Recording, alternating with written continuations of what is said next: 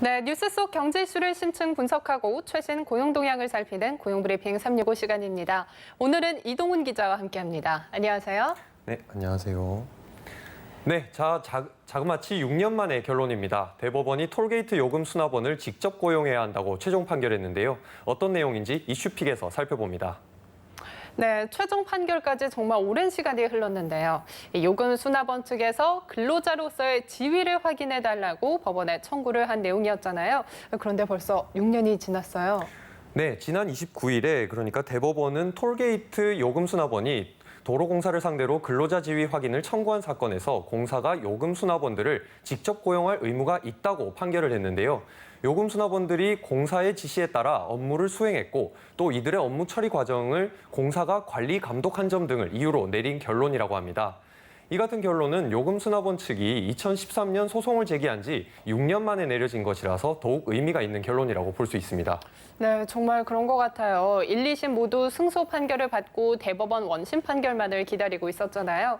그 과정에서도 참 많은 일을 거쳤기 때문에 더 의미 있는 판결이라는 생각이 드는데요. 네, 그렇습니다. 도로공사를 상대로 한 소송은 지난 2013년부터 시작됐습니다. 당시 외주업체 소속이었던 톨게이트 요금 수납원들이 도로공사를 상대로 근로자 지위 확인 소송을 내고 직접 고용을 주장했는데 이들은 매번 외주업체가 바뀔 때마다 해고를 당하거나 업체에 따른 고용계약서를 새로 써야 했기 때문입니다. 그만큼 고용의 불안도 컸겠죠. 이 때문에 요금 수납원 측은 도로공사와 외주 용역업체 사이에 체결된 용역계약은 사실상 근로자 파견 계약이기 때문에 2년 파견 기간이 만료된 날부터 공사가 요금 수납원들을 직접 고용해야 할 의무를 진다고 주장했습니다.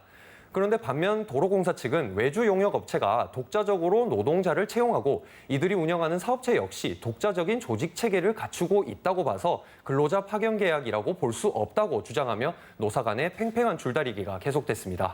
네, 그렇군요. 하지만 1, 2심 역시 법원에서는 요금 수납원들의 의견에 손을 들어줬었잖아요. 네, 그렇습니다. 2015년에 열린 1심 그리고 2017년에 열린 2심에서 모두 요금 수납원 측의 주장이 받아들여졌었는데요. 그리고 2017년 그러니까 재작년이죠. 3월엔 이 사건이 대법원으로 접수됐습니다. 그런데 같은 해에 한국도로공사가 소송이 이어지고 있을 때 요금 수납원을 자회사로 편입시키는 방안을 추진하면서 갈등은 극에 달하기 시작한 겁니다. 네, 사실 정부의 공공부문 정규직화가 시작되면서부터였는데 오히려 도로공사 측은 톨게이트 요금 수납원들과의 갈등이 더욱더 불거지게 됐잖아요. 요금 수납원 중 많은 수가 자회사로 들어가는 것에 동의했지만 아닌 경우도 상당했죠. 네, 그렇습니다. 공공부문 정규직화를 추진하면서 직접 고용과 자회사 고용 중 도로공사는 자회사 설립을 선택한 겁니다.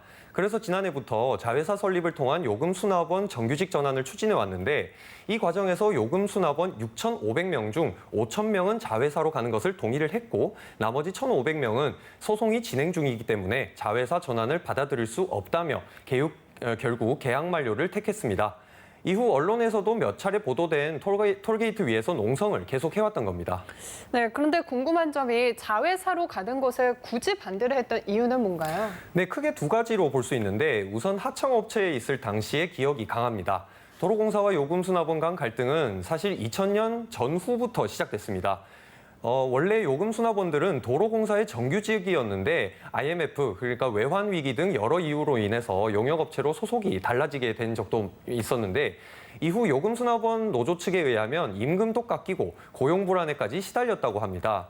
여기에 일부의 경우 직원들의 밥을 짓거나 제초 작업에 동원되는 등 수납 업무와 상관없는 일에까지 동원됐다고 합니다. 이 때문에 2013년에 근로자 지위 확인 소송을 제기한 건데요. 그런데 자회사로 편입되면 이름만 다르지 또 다른 하청으로 편입되는 것이 아니냐 이런 것을 우려를 제기한 상황입니다. 또 스마트 톨링 시스템이 본격적으로 도입되는데 고용에 대한 불안도 가중된 것으로 볼 수 있습니다. 네, 지금 방금 스마트 톨링 시스템이라고 하셨는데 그건 구체적으로 어떤 건가요? 네, 스마트 톨링 시스템이라는 게 이제 톨게이트에 설치된 카메라가 자동차의 번호판을 자동으로 인식해서 요금을 청구하는 무인 시스템입니다. 현재 스마트 톨링은 전국 민자고속도로 11곳에서 운영되고 있는데요. 한국도로공사는 전국 요금소 350여 곳에 스마트 톨링을 도입할 경우 수납원 6천여 명 중 절반 정도죠. 3,200여 명이 기계로 대체 가능하다고 추산했습니다. 이 때문에 자회사로 편입이 된다면 언젠가는 자회사가 없어지고 해고의 위기를 겪을지도 모른다고 생각하는 겁니다.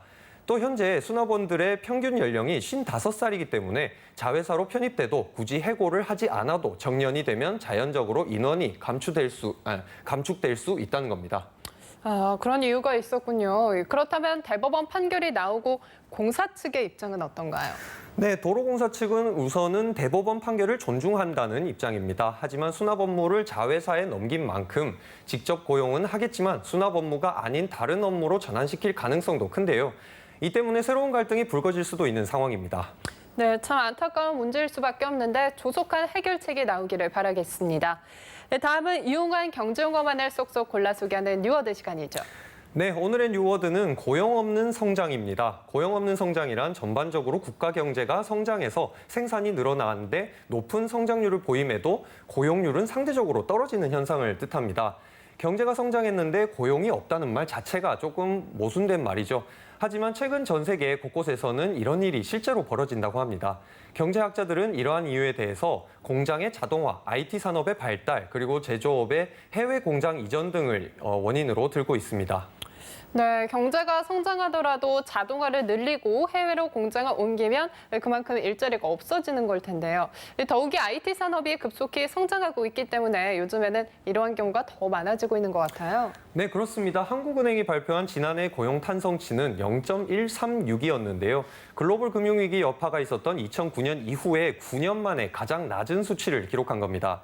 참고로 고용 탄성치는 취업자 증가율을 실질 GDP 증가율로 나눈 값인데 경제 성장이 일자리 창출로 얼마나 이어지고 있는지 그런 것을 살펴볼 수 있는 지표입니다. 그런데 이 같은 고용 탄성치는 최근 몇 년간 계속 하락하고 있다고 합니다. 전문가들은 이에 대해서 제조업의 부진, 투자 위축, 그리고 자동화의 도입을 주요 원인으로 보고 있습니다. 특히 이런 상황에서 IT 산업의 발달로 자동화 시스템이 더 도입된다면 일자리 수요는 더욱 줄어들 것으로 전망하고 있습니다. 이 때문에 다른 방편으로 고용을 활성화시킬 수 있는 대책이 절실해진 상황입니다. 네, 정부가 일자리를 늘리기 위해 많은 대책과 예산을 내놓고 있지만 한쪽에서는 자동화 시스템이 끊임없이 도입되며 일자리를 위협하고 있죠. 톨게이트 요금 수납원의 경우도 마찬가지일 겁니다. 분명 한 고비를 넘겼는데 대법원의 판결을 마냥 기뻐할 수만은 없는 이유가 이 때문이 아닐까요? 부디 좋은 해결책이 나오기를 바라겠습니다. 그리고 그동안 고생하셨습니다. 오늘도 이동훈 기자 함께했습니다. 고맙습니다. 지금까지 고용브리핑 365였습니다.